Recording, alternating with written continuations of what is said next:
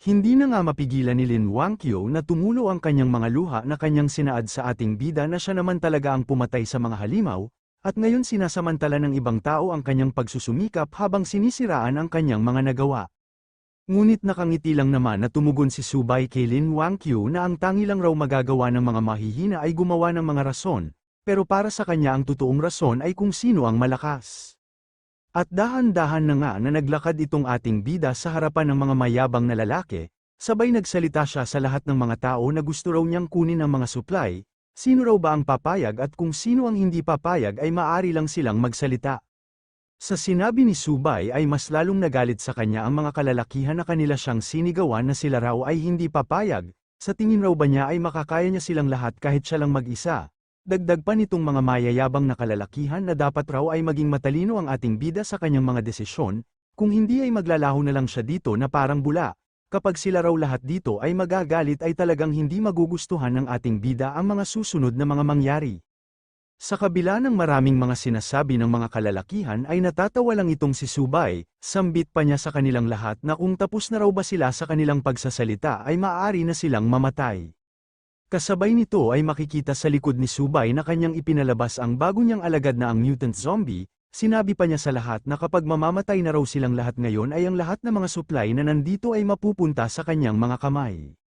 Dahil dito ay ang ipinakitang yabang ng mga kalalakihan ay napalitan ng matinding takot ng kanilang nasaksihan ang malaking zombie sa likod ng ating bida, nasabi na lang nila na ang halimaw raw na nanggugulo dito kanina ay magpasa hanggang ngayon ay buhay pa. Sabay inutusan ng ating bida ang bago niyang alagad na patayin raw niya silang lahat, nagmamakaawa naman itong mga kalalakihan na huwag raw niya silang patayin, ayaw pa raw niyang mamatay, habang itong pinuno ng mga kalalakihan ay takot na kanyang sinabi kay Subay na sana mapatawad raw niya siya, alam raw niya na nagkamali siya sa kanyang mga nagawa, kaya hindi na raw nila kukunin ang mga supply basta huwag lang niya siyang patayin. Ngunit wala naman pakialam si Subay sa pagmamakaawa ng mga kalalakihan bagkus walang awa silang pinatay ng mutant zombie na bagong alagad ng ating bida, ang ibang mga tao na nakakita kung paano walang awa na pinatay ang iba nilang mga kasama ay napasigaw sila ng malakas sa sobrang takot na baka pati din sila ay patayin. Habang gumagapang itong ibang mga tao papalayo sa kinatatayuan ng ating bida ay tinanong silang lahat ni Subay na kung sino pa raw ba ang maglakas ng loob na pigilan siya na kumuha ng mga supply ay maaari lang silang lumapit sa kanya. Dahil sa sobrang takot ng mga tao ay hindi sila nakapagsalita sa katanungan sa kanila ni Subay, kahit man lang na tumingin sila sa ating bida ay hindi nila magawa at baka pati din sila ay patayin. At agad na lumingon si Subay kung saan nakatayo si Lin Wangqiu na kanya siyang sinabihan na tingnan raw niya ang mga nangyari ngayon ay itong ibang mga tao ay hindi na maglalakas ng loob na kumalaban sa kanila, kaya kunin na niya ang mga supply kung ano ang maaari niyang mapakinabangan. Sa ibinigay na utos ni Subay kay Lin Wangqiu ay makikita sa mukha nitong dalaga na naiinis pa rin sa mga pinagsasabi sa kanya kanina ng mga mayayabang na lalaki, sabay nagpasalamat siya sa ating bida ng dahil sa kanyang mga nagawa. At dito ay sinimulan na nga ni Lin Wangqiu na kanyang kunin kung ano ang mga supply na maaari nilang mapakinabangan, habang itong ibang mga tao ay wala na lang nagawa kung hindi manood na kinuha ni Lin Wangqiu ang mga kinakailangan nilang supply dahil sa kanilang harapan ay seryoso na nakatayo ang ating bida na kanyang hinihintay na matapos si Lin Wangqiu sa pagkolekta ng mga supply. Habang abala si Lin Wangqiu sa pagkuha ng mga supply ay lumingon naman siya sa kinatatayuan ng ating bida na kanyang iniisip kung ano ang kanyang dapat na sabihin. Kaya tinanong niya si Subay na kung hindi raw ba ito kukuha ng mga supply na kanyang kinakailangan.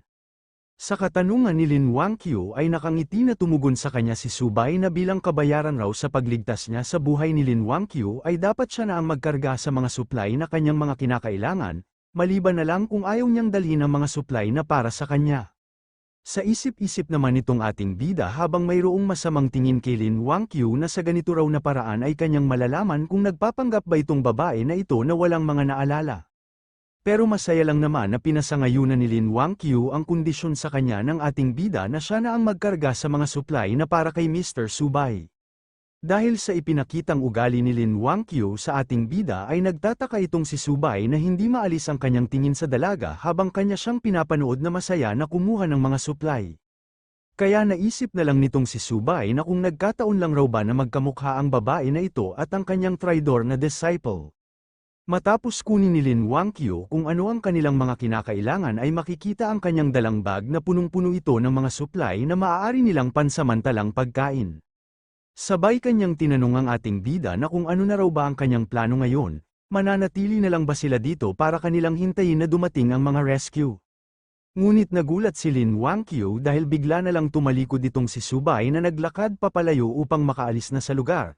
Sinabi pa niya kay Lin Wangqiu na aalis na raw siya dito dahil kinakailangan pa niyang hanapin ang iba pang mga malalakas na mga zombie dito sa buong lungsod. Kaya sumunod ito sa kanya dahil siya ang magkarga ng mga supply na kanyang mga kinakailangan. Dahil dito ay masaya na itinaas ni Lin Wangqiu ang kanyang isang kamay na kanyang pinasangayunan ang inutos sa kanya ng ating bida. Nang papaalis na ang dalawa ay hindi naman maalis ang tingin ng maraming tao sa kanila at sila ay nag-usap-usap na ang walang hiyang bastard daw na yon ay walang awa niyang pinatay ang iba nilang mga kasama. Kapag dumating raw dito ang mga rescue ay tiyak na kanilang iuulat siya sa awtoridad. Ang mga tao raw katulad niya ay dapat na maparusahan. Pinatigil naman sila sa pagsasalita ng isang lalaki dahil sa ngayon raw ay kinakailangan nilang hatiin itong maliit na natirang mga supply. Bago pa dumating ang ibang mga tao, na pinasangayunan naman ng ibang mga tao ang sinabi ng isang lalaki na dapat magmadali na silang hatiin ang mga supply, kinakailangan raw nilang makapagtago ng mga pagkain, hanggang sa dumating dito ang mga rescue upang iligtas sila. Dito ay makikita ang mga tao na mabilis nilang kinuha ang mga natirang mga supply ng mga pagkain. At habang abala sila sa pagkuha ng mga supply ay wala silang kaalam-alam na sa kanila palang likod ay mayroong isang halimaw ang dahan-dahan na papalapit sa kanila. Makikita itong mga tao na nagsimula ng mag-away-away nang dahil sa mga supply na kanilang pinag-aagawan, ngunit sa kanilang likod ay nanlilisik ang mga mata nitong dalawang alagad na zombie ng ating bida para silang lahat ay patahimikin. Kahit nasa alanganin na ang mga buhay nitong mga maraming tao ay patuloy pa rin silang nag-aagawan ng mga supply na maaari nilang makuha. Wala na silang pakialam kung ano ang mga nangyari sa kanilang paligid basta ang importante ay kanilang makuha ang maraming supply. Makikita itong isang lalaki na nakaramdam ng matinding takot dahil sinubukan ng isang matandang lalaki na agawin sa kanya ang supply na nasa kanyang mga kamay. Ngunit napalingon ang matandang lalaki sa kanyang likod dahil nakita niya na itong lalaki na nasa kanyang harapan ay takot na takot habang nakatingin sa kanilang likod. Nang malinaw na niyang nakita kung ano ang kinakatakutan ng lalaki sa kanyang harapan ay nanlaki na lang ang kanyang mga mata na nakaramdam ng matinding takot. Kasabay nito ay napaupo na lang siya sa sahig na sumisigaw na nagmamakaawa, makikita sa mukha nitong matandang lalaki na hindi na maipinta na napamura sa mga nangyari habang nanginginig ang kanyang buong katawan, at napapatanong na lang siya na kung bakit mayroon pang mga zombie dito sa kanilang shelter. Nang nakita ng lahat ng mga tao na mayroon pang 2 zombie sa kanilang shelter ay wala nang ang magawa ang ibang mga tao kung hindi tumakbo upang makatakas. Samantalang ang iba ay halos hindi na makagalaw sa sobrang takot habang kanilang pinapanood ang papalapit na sa kanila na 2 zombie. Maya-maya ay walang awa na nga na pinagpapatay ng 2 alagad na zombie ng ating bida ang lahat ng mga tao sa loob ng shelter. Makikita itong matabang babae na pinipilit niya ang kanyang sarili na gumapang sa sahig na humihingi ng tulong kung sino ang maaring tumulong sa kanya, dahil ayaw pa raw niyang mamatay dito. Ngunit sa hindi niya inaasahan dahil ang isang zombie na alagad ng ating bida ay nasa kanya ng harapan upang kanya nang patayin ang matabang babae. Isang segundo lang ang lumipas ay inapakan na nga ng alagad na zombie ng ating bida ang katawan ng matabang babae hanggang sa ito ay mawalan ng buhay. Habang itong si Subay ay patuloy pa rin sa kanyang paglalakad ay makikita naman ang mga spiritual na mga kaluluwa na pinatay ng kanyang 2 alagad na zombie ay inabsorb ng kanyang 10,000 soul banner. Sa isip-isip naman itong ating bida na ang hindi raw pagputol sa isang damo ay magdudulot lang ito ng problema sa kanya sa hinaharap, sa ngayon raw ay 3 mga zombie pa ang kaya niyang makontrol, kung haharapin raw niya ang higit sa 10 mga zombie ay tiyak na mahihirapan siya, kaya wala siyang pagpipilian na umatras muna, hanggang sa tumaas na ang antas ng kanyang kapangyarihan. Habang malalim pa ang iniisip nitong si Subay ay itong si Lin Wangqiu sa kanyang likod ay tinawag niya ang pansin ng ating bida dahil masyado na raw siyang napagod sa pagdala ng mga maraming supply.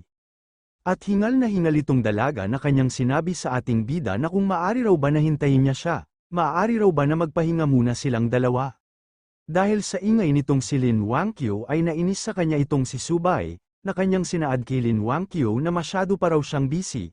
Hindi raw maari na siya ay magsayang ng oras para lamang sa kanya, Kung magpapatuloy pa rin siyang mabagal sa kanyang paglalakad ay talagang kanya na siyang iiwanan. Sa ipinakitang ugali nitong si Subay kay Lin Wangqiu ay bahagyang nainis sa kanya ang dalaga, at sinaad pa nitong si Lin Wangqiu na naniniwala raw siya na hindi siya iiwanan dito ni Mr. Subay. Sa binanggit na salita ni Lin Wangqiu ay natatawa na lang itong ating bida, sinabi pa niya kay Lin Wangqiu na paano raw ba siya nakakatiyak na hindi niya siya iiwanan, sila raw dalawa ay hindi magkakilala, ano pa raw ang dahilan para magsama silang dalawa. Seryoso naman na tumugon sa kanya si Lin Wangqiu na ang dahilan raw kung bakit hindi siya pwedeng iwanan dahil nalalaman niya kung nasaan ang mga malalakas na mga zombie. Sa ipinahayag ni Lin Wangqiu ay naging seryoso itong ating bida, sabay kanyang tinanong si Lin Wangqiu na kung talaga raw ba na alam niya kung nasaan ang mga malalakas na zombie ay ituro niya sa kanya ngayon kung saan nila sila mahahanap. Ayon naman sa kanya ni Lin Wangqiu na kaya raw umalis siya doon sa kanilang paaralan dahil naramdaman niya ang isang kakaibang nilalang doon sa lawa sa kanilang paaralan. Ang halimaw na iyon ay naglalabas ng kakaibang amoy. Dagdag pa sa kanya ni Lin Wangqiu na pakiramdam raw niya ngayon ay malaki ang kanyang kasalanan sa kanyang mga kaklase, at hindi din daw niya alam kung ano ang hinahanap ni Mr. Subay pero sa tingin raw niya ay ang mapanganib na nilalang na iyon ang kanyang hinahanap.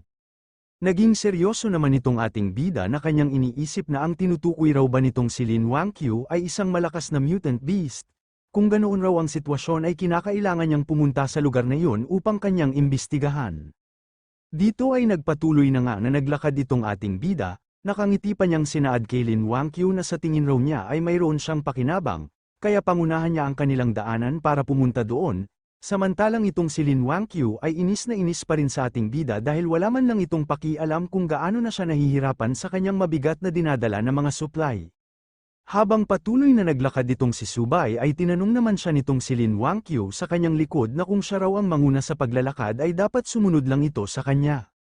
Makalipas ang ilang sandali ay dumating na nga sila sa labas ng paaralan at makikita dito ang mga maraming zombie na pag-alagala sa labas, samantalang itong dalawa naman ay tahimik na nagmamasid sa tapat ng isang malaking puno. Sa biglaan na pagtigil ni Lin Wangqiu sa kanyang paglalakad ay tinanong siya ni Subay na kanya raw napansin na tumigil siya sa paglalakad, ano raw ba ang kanyang binabalak.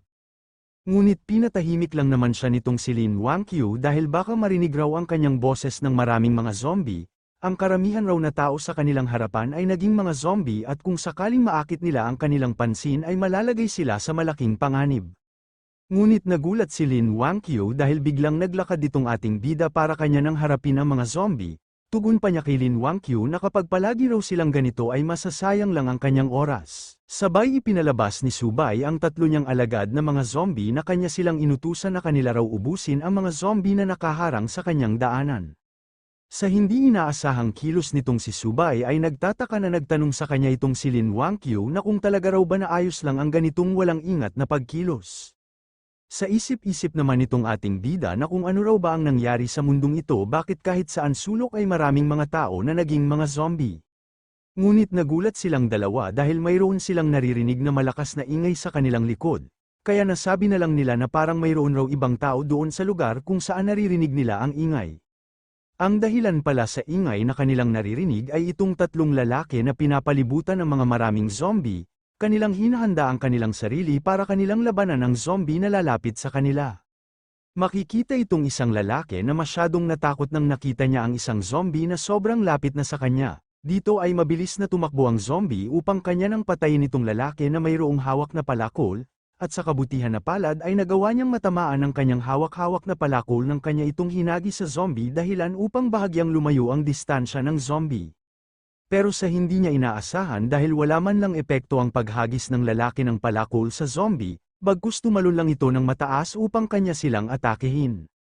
Kahit na ganoon ay matagumpay naman na napigilan ng isang lalaki ang umatake na zombie, habang itong kanyang isang kasama ay napaupo na lang sa lupa sa sobrang takot, habang pinipigilan ng isang lalaki ang zombie ay agad naman na hinampas ng kanyang kasama ng napakalakas ang zombie ng kanyang hawak-hawak na pamalo.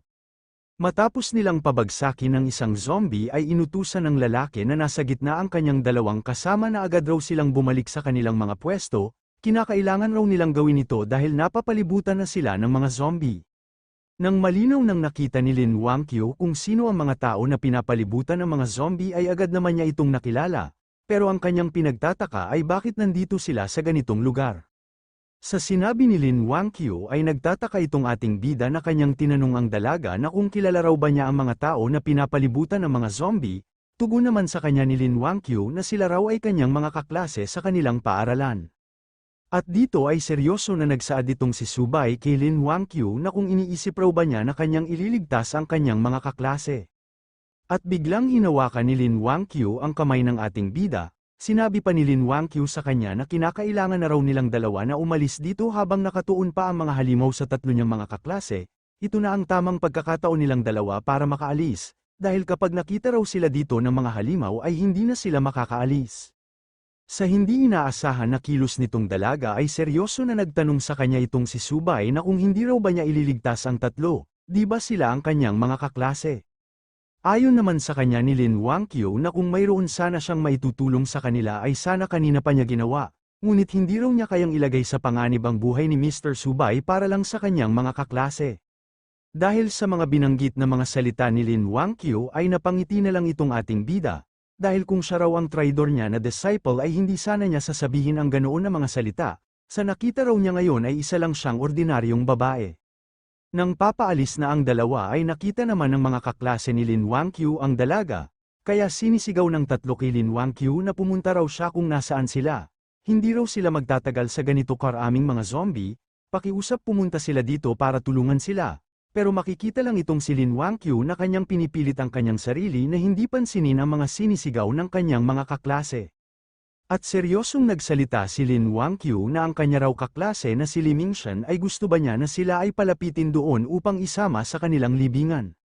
Ngunit nang pagtingin ni Lin Wangqiu sa kanilang harapan ay laking gulat niya dahil nakita niya ang mga maraming zombie na nakapalibot sa kanilang daanan. Kaya natulala na lang itong si Lin Wangqiu na hindi na niya alam kung ano ang dapat nilang gawin dahil napalibutan na sila ng mga maraming zombie. At makikita sa mukha nitong si Lin Wangqiu na hindi na may pinta na lumabas ang pawis dahil ang mga maraming zombie raw na kanilang nakikita ngayon ay papalapit na sa kanila. Sa nangyari ay hindi na nga mapigilan ni Lin Wangqiu na tumulo ang kanyang mga luha na humihingi ng patawad sa ating bida dahil kasalanan raw niya itong lahat kaya sila napalibutan ng maraming mga zombie. Habang patuloy pa rin na sinisisi ni Lin Wangqiu ang kanyang sarili na humihingi ng patawad sa ating bida, ay makikita naman itong si Subay na seryoso lang na kanyang hinanda ang kanyang 10,000 soul banner, upang kanyang harapin ang mga maraming zombie. Sabay sinabi niya sa tatlo niyang alagad na mga zombie na bumalik raw sila dito sa labas, at agad niyang binagsak ang kanyang 10,000 soul banner sa lupa upang kanya nang pakawalan ang tatlo niyang alagad na mga zombie. Sambit pa sa kanila ng ating bida na kanya na raw napatay ang ikasyam na demonyo na Panginoon sa underworld. Kaya baliwala lang sa kanya ang ganito karaming mga zombie.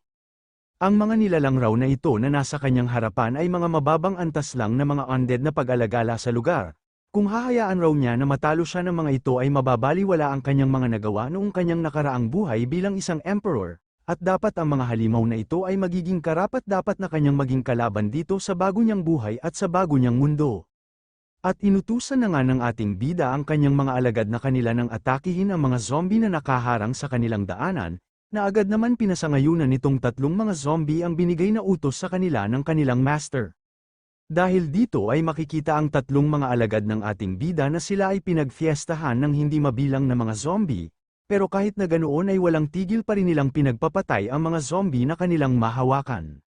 Ngunit sa hindi inaasahan dahil ang dalawang alagad na zombie ng ating bida ay napalibutan na ng maraming mga zombie, dahilan upang silang dalawa ay nahihirapan ng makagalaw.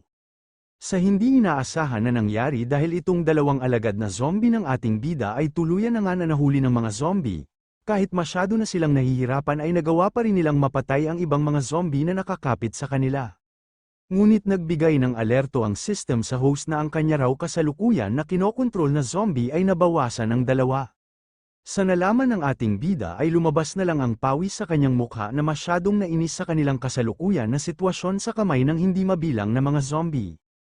At sa kanyang isip-isip habang pinapanood ang maraming mga zombie na ang pakikitungo raw sa 10 mga zombie ng sabay-sabay ay sakto lang sa kanyang limitasyon sa kanyang kasalukuyan na lakas. Kinakailangan raw niyang maghanap ng paraan upang maakit ang maraming mga zombie, sa ganoon raw na paraan ay kanilang malutas itong kanilang kinahaharap na malaking problema. Iyon lang raw ang kanilang pagkakataon upang makasurvive dito. Kaya agad na tinawag ni Subay ang pansin ni Lin Wangqiu na umiiyak dahil batid niya sa kanyang sarili na kasalanan niya ang lahat kaya silang dalawa ay naharap sa ganito kamapanganib na sitwasyon. Tinanong pa ni Subay kay Lin Wangqiu na kung mayroon raw ba itong alam na isang bagay na maaring lumikha ng malaking ingay, dahil gusto niyang akitin ang maraming mga zombie sa ingay na kanilang malilikha. Sa katanungan ni Subay ay napapaisip itong si Lin Wangqiu na kung ano raw bang bagay ang maaring lumikha ng malaking ingay, kaya agad niyang ipinakita sa ating bida ang kanyang cellphone, na kanyang tinanong si Subay na kung ano raw ang sa tingin niya sa bagay na ito, sapat na raw ba ito upang maakit ang maraming mga zombie. Ngunit nang nasa kamay na ni Subay ang cellphone ay makikita na nagbago ang hugis ng kanyang mukha, na kanyang tinanong si Lin Wangqiu na kung ano naman ang maliit na bagay na ito. Kaya agad na ipinaliwanag sa kanya ni Lin Wangqiu kung paano gumagana ang isang cellphone, pindutin lang raw niya itong nasa gitna at kusa na itong lilikha ng ingay. Matapos patugtugin ng ating bida ang pagmamay-ari na cellphone ni Lin Wangqiu ay itong maraming mga zombie ay natuon ang kanilang pansin sa dalawa. Dahil sa ingay na naririnig ng maraming mga zombie ay mabilis silang lahat na pumunta kung saan ang ingay na kanilang naririnig.